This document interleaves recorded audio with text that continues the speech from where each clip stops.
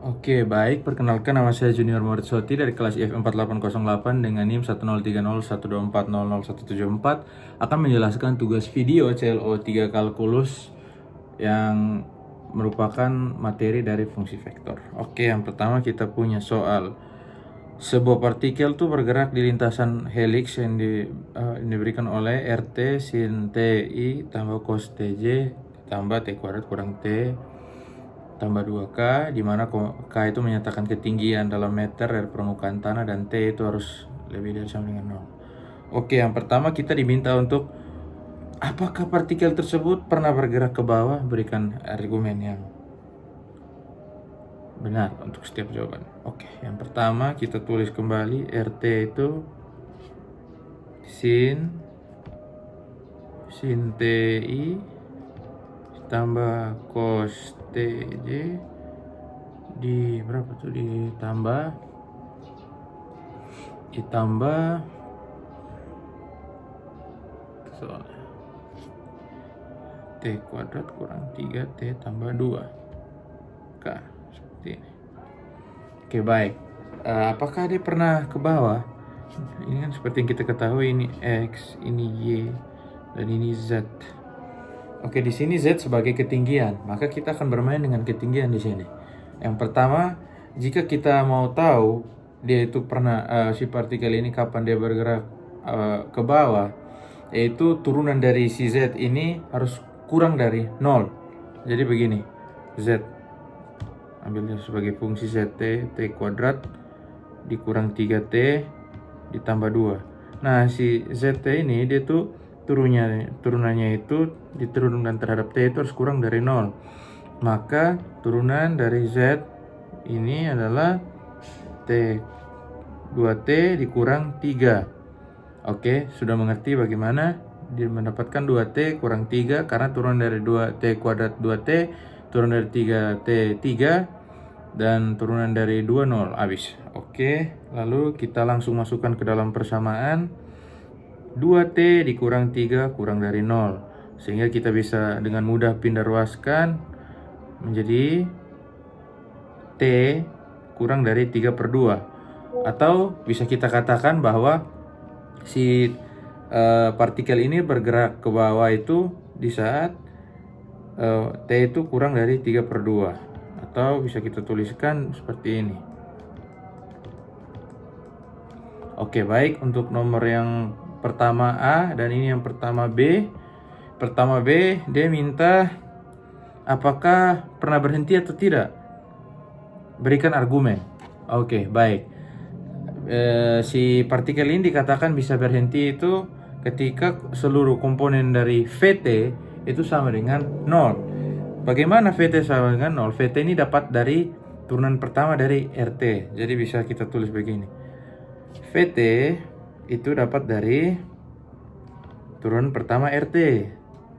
Atau jika kita turunkan, turunan sin menjadi cos T, turunan cos menjadi min sin,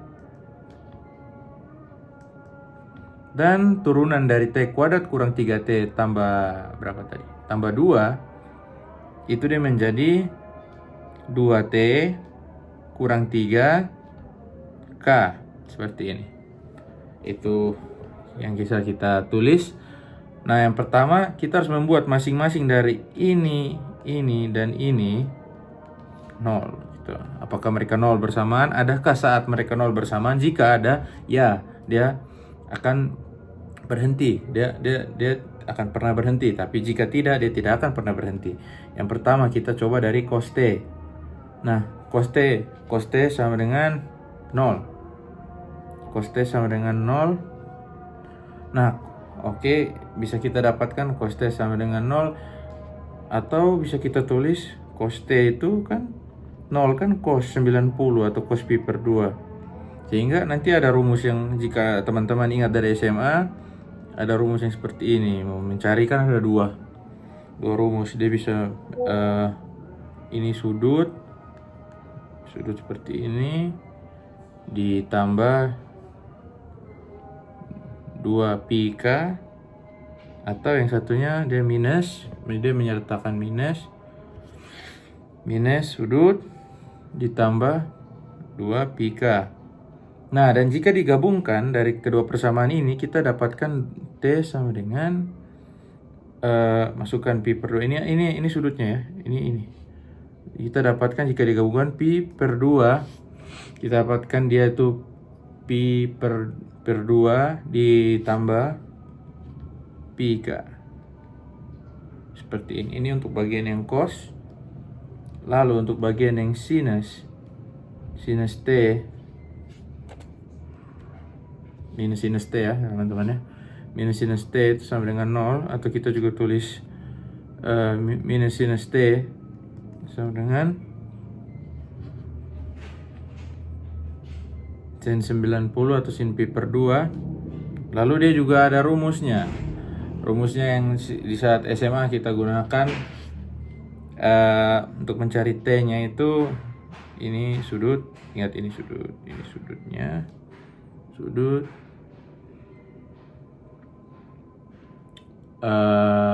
tambah 2 pi K T pi kurang sudutnya ditambah 2 pi K. Nah, dan jika kita gabungkan kedua ini tadi saya kurang bikin begini. Jika kita gabungkan, maka dia menjadi pi K seperti ini. Oke.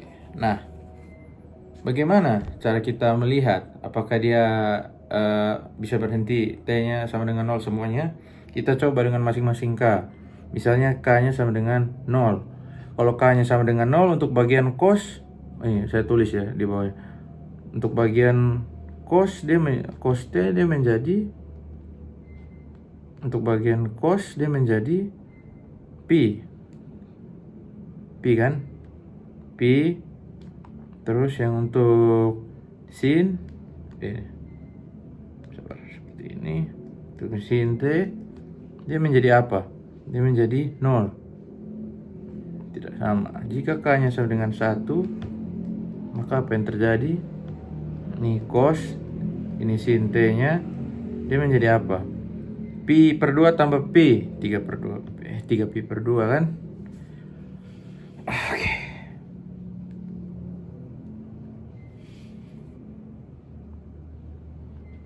Terus untuk sinnya, apa yang terjadi untuk bagian sin? Untuk bagian sinnya dia menjadi pi saja, karena 1. Terus apa lagi? Untuk K nya sama dengan 2 lagi, 2 cos T. Ini untuk bagian cos T, untuk bagian sin T. Dia menjadi apa? Dia menjadi kita tambah lagi, misalkan kita tambah pi per 2 tambah 2 pi tambah 2 pi, berarti dia menjadi pi per 2 tambah 2 pi, 2 pi tambah 4 pi 5 per 4. Oke, per 4 pi per 4 ditambah dengan 2 pi berarti. Nah, bagaimana dengan yang terakhir, yang 2T? Ini yang 2T dikurang 3 sama dengan 0. Nah, dia itu menghasilkan apa? Dia menghasilkan T menghasilkan 3 per 2. Dan dia tidak akan mencapai 0 juga. Sehingga jika kita kombinasikan dari ketiga persamaan ini, tidak ada yang benar-benar bisa semuanya pas di 0, 0, dan 0. Untuk cosnya 0, sinnya 0, 2T kurang 3-nya 0. Sehingga kita dapat kita simpulkan di sini bahwa tidak ada nilai T yang memenuhi komponen vektor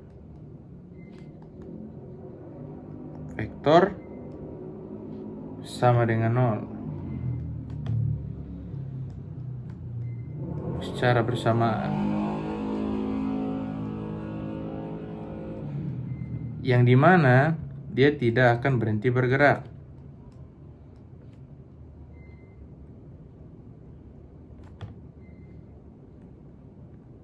Oke, baik.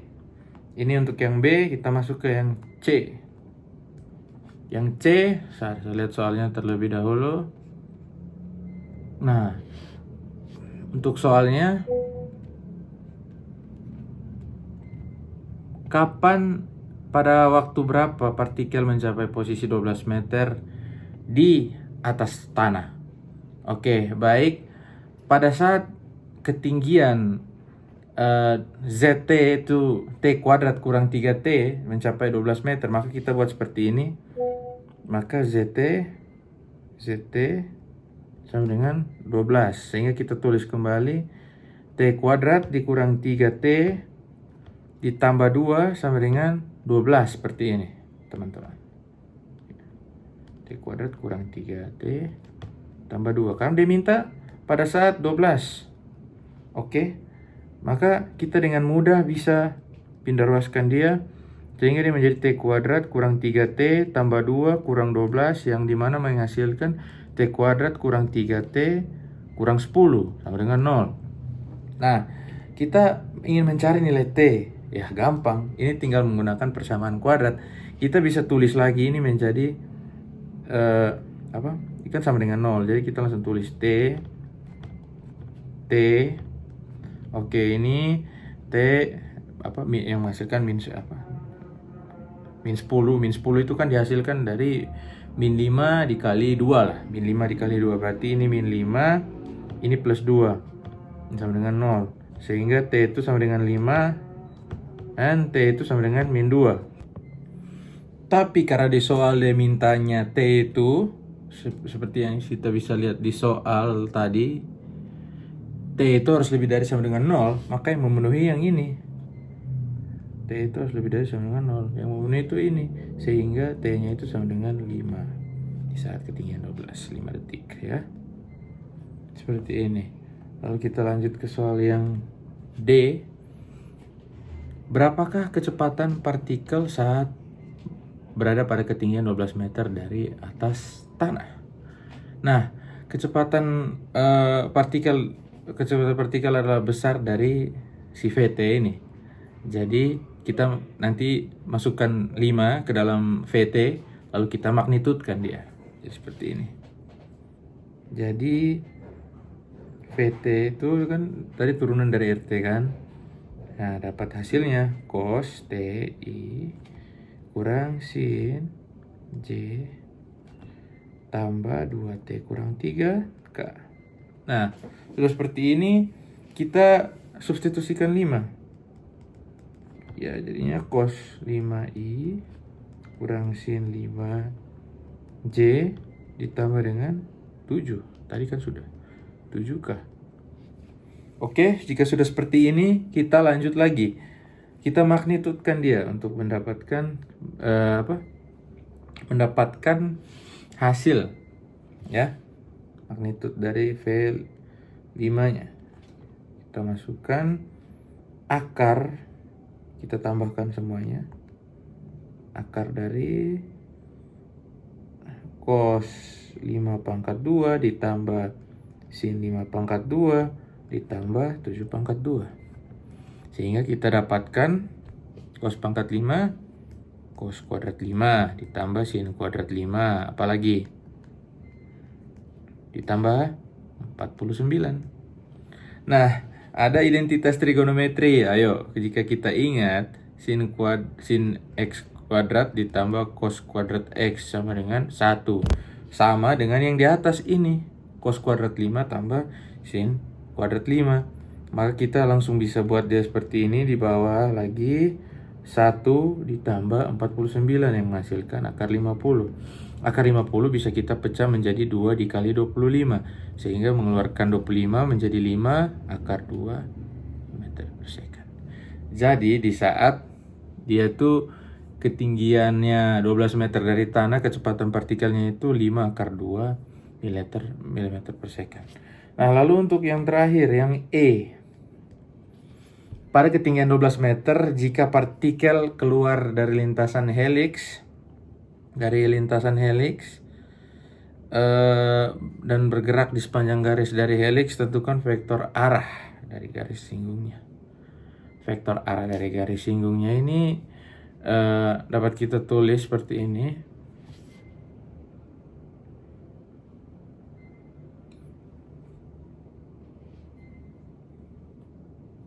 Oke, kita dapat tulis lagi saja dia seperti ini. Vektor T kan seperti ini.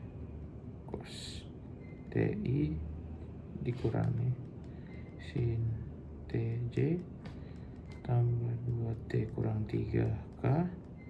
Nah, di sini kita apa yang harus kita perbuat? Yang kita harus perbuat adalah kita substitusikan saja.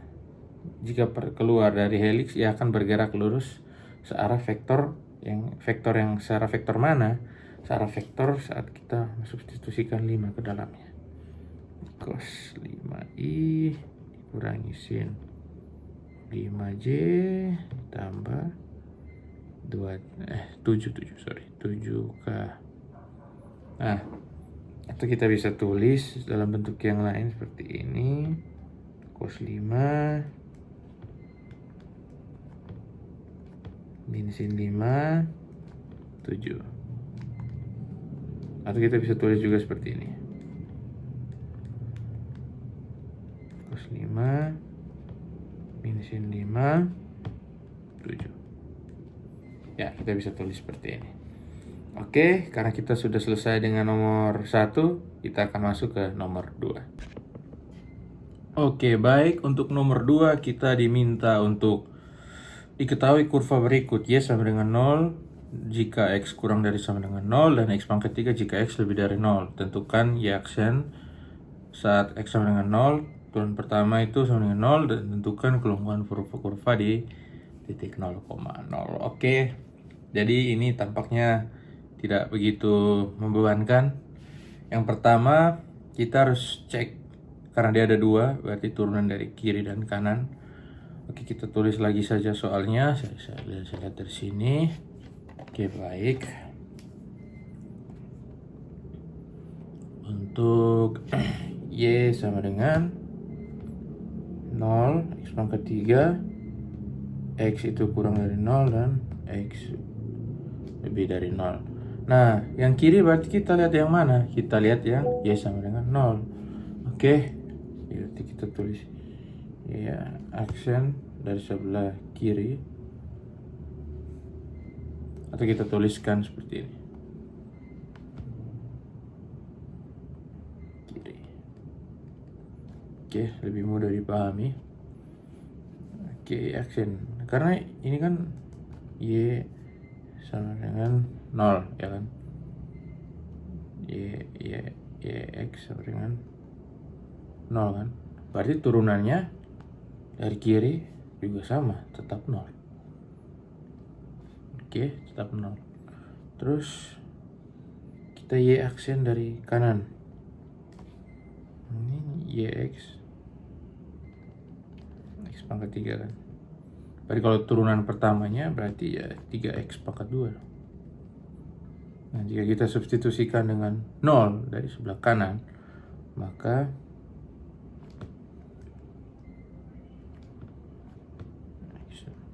sama dengan 3 kali 0 pangkat 2 sama dengan 0. Ini juga sama. Y aksen 0 sama dengan 0. Nah, karena turunan kiri dan kanannya itu kanannya sama-sama 0,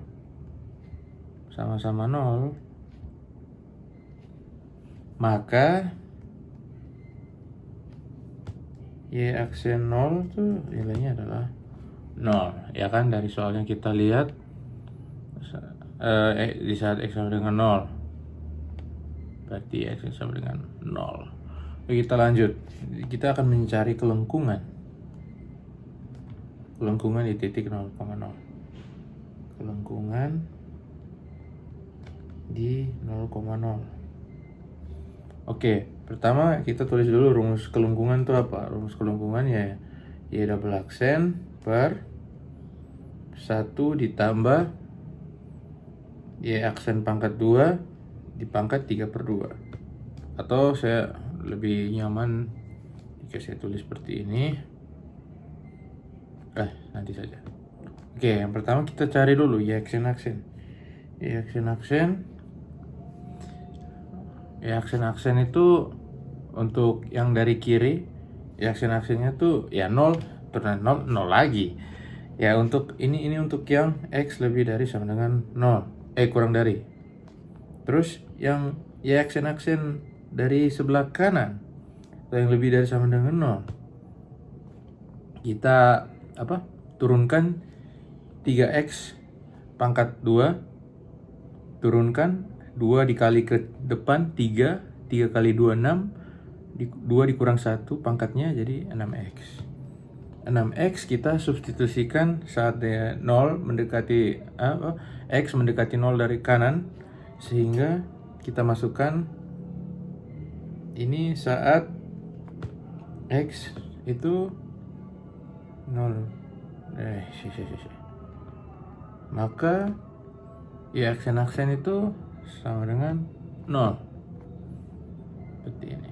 Ini untuk yang X lebih dari 0. Oke, kita sudah dapatkan sesama 0 dan juga 0, sehingga kita bisa masukkan ke dalam K-nya untuk 0,0. Untuk dalam mutlaknya aksen-aksen 0 per apa tadi? 1. Karena ini ada pangkat seperti ini, kita permudah saja pakai akar langsung di bawah biar tidak ribet. Jadi 1 ditambah ya aksen 0 pangkat 2 0, 0 pangkat 2 0. Nah, seperti ini pangkatkan 3, jadi sama dengan 0 per akar 1 sama dengan 0. Jadi untuk kita tarik kesimpulannya,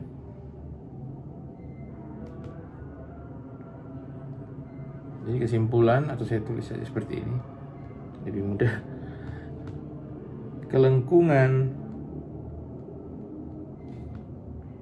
di 0,0 itu adalah 0. Artinya kurva itu tidak melengkung di titik 0,0. Baik, sekian penjelasan dari saya. Jika ada salah kata, mohon maaf.